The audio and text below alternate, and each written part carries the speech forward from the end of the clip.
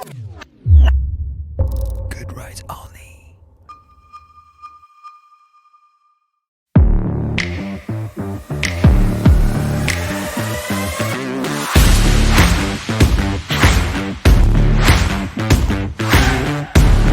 Salut à tous, bienvenue sur Motor Live. Aujourd'hui, nous essayons une moto un petit peu exceptionnelle.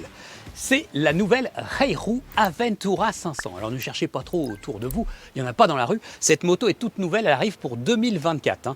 Et puis c'est le premier gros trail polyvalent homologué A2 du constructeur espagnol Reiru, même si l'origine de cette moto est tout autre. Alors ce qu'elle a comme originalité, c'est surtout d'avoir deux réservoirs. Un à l'avant, 20 litres, un à l'arrière, 20 litres, 20 plus 20 égale 40 litres, et donc elle promet jusqu'à 1000 km d'autonomie. Eh bien, après notre essai classique, c'est ce que je vais m'efforcer à faire lors d'un petit road trip en autonomie, et jusqu'à la panne sèche, pour vérifier si elle les fait bien, ces 1000 bornes. Allez, on y va.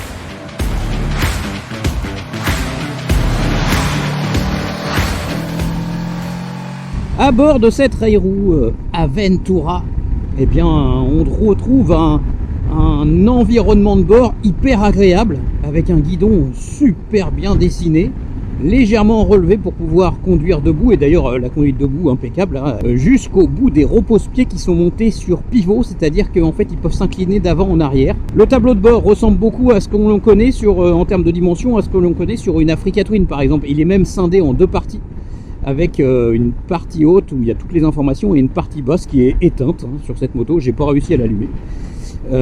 Et donc c'est pas grave parce que la partie haute est très visible. On a un très beau cadran TFT couleur qui va informer de tout le nécessaire, la vitesse, le régime moteur et bien sûr la contenance des deux réservoirs. Là on le voit très très bien, contenance des deux réservoirs. Tac, réservoir 1, réservoir 2, on sait où on en est. Je vous parle tout de suite du confort avec une protection, une bulle bien haute, assez large. Franchement, moi, avec moins d'un mètre 70, j'ai une super protec. La hauteur de selle est quand même un petit peu haute pour ma taille. Moins d'un mètre 70, ce sera pointe des pieds de chaque côté. En plus, la selle est un petit peu large. Donc franchement, pour être confort sur cette moto, je pense que le mieux, c'est de mesurer 1m75. La selle n'est pas hyper large, comme sur un très gros trail 1000 et plus. Mais c'est déjà franchement bien. Et pareil, dans cette catégorie, 500 cm3, là, vous pouvez emmener un passager sur des centaines de kilomètres. Il n'y a aucun problème. Le confort sera terni par les vibrations. Alors là, vibrations dans le guidon et puis aussi dans les repose-pieds. Sur ce roulage, j'ai changé plusieurs fois de gants et de chaussures, bottes de moto, baskets moto, des gants d'hiver, des gants presque d'été. Eh bien, rien n'y a fait. Les vibrations, on les sent tout le temps dans les pieds et dans les mains, mais surtout sur les vitesses supérieures à 80 km/h et les régimes qui s'y rapportent, donc plutôt la partie haute du contour. Sinon, sur les petites routes de campagne, moins de 90, et quand on n'est pas au régime, tout va bien côté vibration. Alors je vais vous parler du moteur. Bon, là je pourrais presque faire un copier-coller. C'est un twin parallèle 471 cm3, ça vous rappelle rien? Bah si, bien sûr. Les cotes du moteur, sa cylindrée, son expression calée à 180 degrés, tout ça, ça fait rappelle évidemment le moteur Vosges Longines, voilà, comme par exemple, que l'on peut trouver sur les motos de ces marques-là. Donc c'est un twin qui rappelle évidemment le moteur Honda de la CB500F, de la CB500X, de la CMX500. Il est homologué en 47,5 chevaux, donc directement homologué à 2. Il est suffisamment motorisé et tonique pour propulser cette petite moto 500 cm3. Il est suffisamment souple, on peut descendre à 80 sans problème sur le dernier rapport, 6e, ça il accepte de le faire, là je suis même à moins. Mais c'est vrai que c'est pas un moteur qui est très tonique ou très sportif. Il y a suffisamment d'énergie pour faire des dépassements éclairs si on rétrograde de rapport. Allez hop! Et voilà, il gronde, il s'affole. Voilà, très bien. Mais par contre, c'est vrai qu'il manque un petit peu d'allonge. Et notamment, en fait, il tire assez court ce moteur au niveau de sa transmission. Ce qui fait qu'à 130, on dépasse les 6000 tours minute. Donc on est à moins de 2000 tours minute de la zone rouge. Et donc, il tourne un petit peu vite.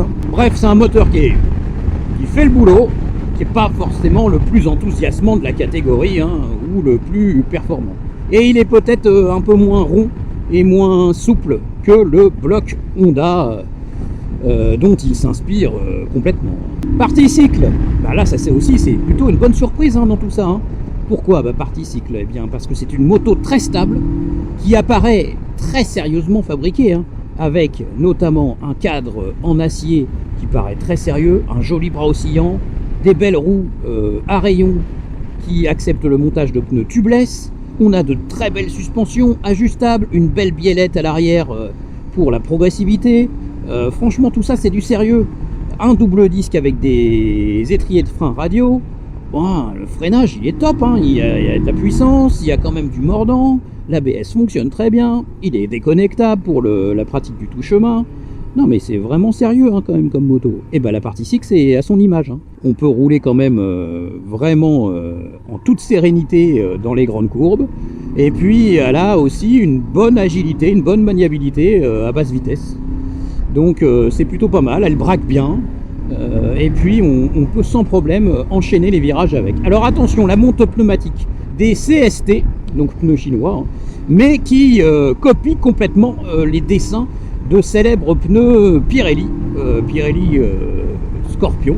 Moi j'aime pas du tout, je trouve que la mise sur l'angle elle est pas du tout naturelle, il y a des crans, voilà, on sent pas trop quand on prend beaucoup d'angles. On a aussi un retour d'information qui est un peu bizarre avec les gros pavés. Ce sont des pneus qui sont bruyants sur le bitume. Alors bien sûr on l'entend pas trop sur l'autoroute, mais dès qu'on roule à 80 km/h, visière ouverte ou moins, eh bien on entend beaucoup le grondement de ces pneumatiques. Donc c'est bien pour le tout-terrain, pour les chemins, mais sur la route je trouve pas ça super. Il y a un amortisseur de direction. Cet amortisseur de direction, bon en fait je pense qu'il peut être superflu parce que la moto semble très saine. Et voilà, une moto étonnante à plus d'un niveau, hein. Et puis on va vous parler d'autres choses dans la partie en détail.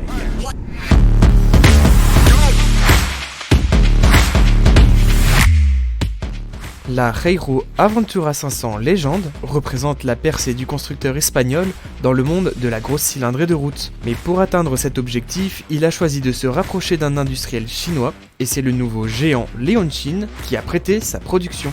La Reiro Aventura 500 Légende a commencé sa carrière au sein du marché chinois il y a quelques mois déjà, sous le nom de Haijiang Daidaho 500 GS ADV. Une moto produite en Chine peut facilement adopter un autre blason pour partir à la conquête d'un autre marché. Cela ne vous aura pas échappé, mais le nouveau sino-espagnol dévoile une certaine ressemblance avec la célèbre Honda Africa Twin. La qualité de fabrication globale de la moto est vraiment satisfaisante, surtout à ce niveau de prix. Elle se distingue avant tout par la présence de deux réservoirs de carburant, l'un en position classique à l'avant et l'autre en configuration centrale arrière, un peu à la façon des motos de Rally Raid et du Dakar. Les deux réservoirs fonctionnent séparément, un robinet sur la droite permet de basculer d'un réservoir à l'autre. Pour utiliser le réservoir numéro 2 situé à l'arrière, il est nécessaire d'appuyer sur un bouton. Avec ce système, il est possible de choisir la répartition des masses du carburant de la moto. Inévitablement, deux réservoirs de près de 20 litres s'apaisent. La Reiro Aventura 500 Légende a affiché 243,8 kg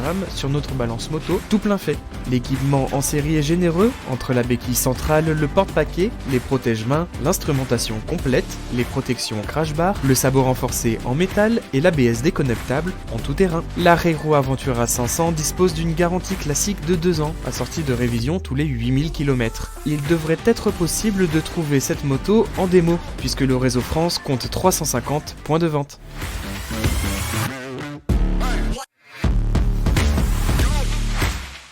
Et voilà, on est de retour au studio. Nous sommes de retour au studio pour faire le débriefing et la fin de cet essai de cette Reiro Aventura 500. Alors pourquoi on finit au studio? Tout simplement parce que il était impossible de faire la conclusion en extérieur vu que je n'avais pas pu tester l'autonomie jusqu'au bout comme promis, à savoir jusqu'à la panne sèche. Alors la grande question que vous vous posez sans doute, c'est alors est-ce que j'ai réussi à faire ces 1000 km promis par Reiro, hein?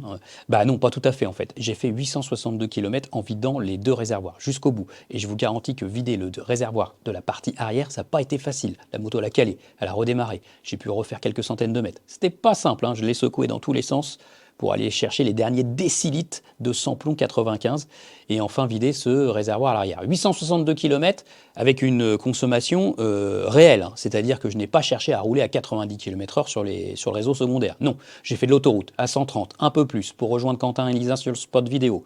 On a fait la vidéo et les séquences d'action. Donc là, on fait des demi-tours, on repasse plusieurs fois. Première, deuxième, troisième, ça consomme un peu plus. Donc voilà, donc j'ai fait du tout-chemin, ça consomme aussi, on patine un peu. Donc tout ça, ça fait que c'est une vraie consommation réelle et je pense qu'en roulant normal sur la route, on doit pouvoir dépasser les 900 km avec cette moto. Donc on s'approche de la promesse de Rayro. La moto, dans sa globalité, eh bien moi je peux vous le dire que c'est franchement l'une des meilleures européano-chinoises que je n'ai jamais pu tester, tout simplement, puisque elle s'avère vraiment brillante sur beaucoup de choses. La qualité de fabrication générale, elle est vraiment étonnante. Cette moto, elle est quand même très bien fabriquée par Longines, le groupe Longines chinois. Les suspensions Kayaba, qui sont réglables, c'est vraiment pas mal. Alors certes, on voit la limite de ces suspensions parce que c'est une moto quand même pas trop chère. Donc par exemple, sur les gros trous sur la route, elles sont fermes quand même si on a 190 mm de débattement, c'est un peu ferme. La selle, elle est ferme à la longue aussi, pilote comme passager. Et puis en tout chemin, ça va taper un petit peu fort. Donc oui, d'accord, c'est des suspensions de trail, mais c'est quand même des suspensions pas trop chères.